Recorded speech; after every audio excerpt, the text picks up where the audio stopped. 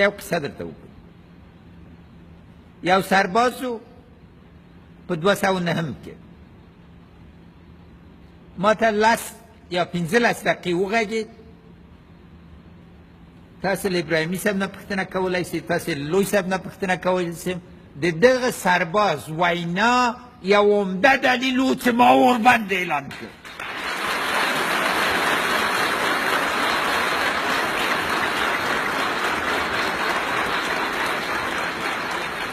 او نه یوازې ده، څو زورواکي وو، 3 زورواک مې په دې هفتې کې د دې سرباز په وینا لاسونه وتړل، کابل ته مې راوړل.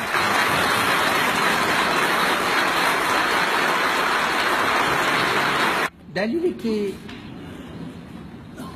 سخنرانی سرباز مرا قدر متاثر کرد چی بود؟ اول ایده 201 سیلاب کماندو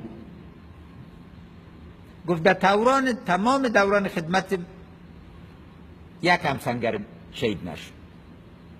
باز رفت از تخار بود، گفت شرایط خوب است، پس رفت در 209.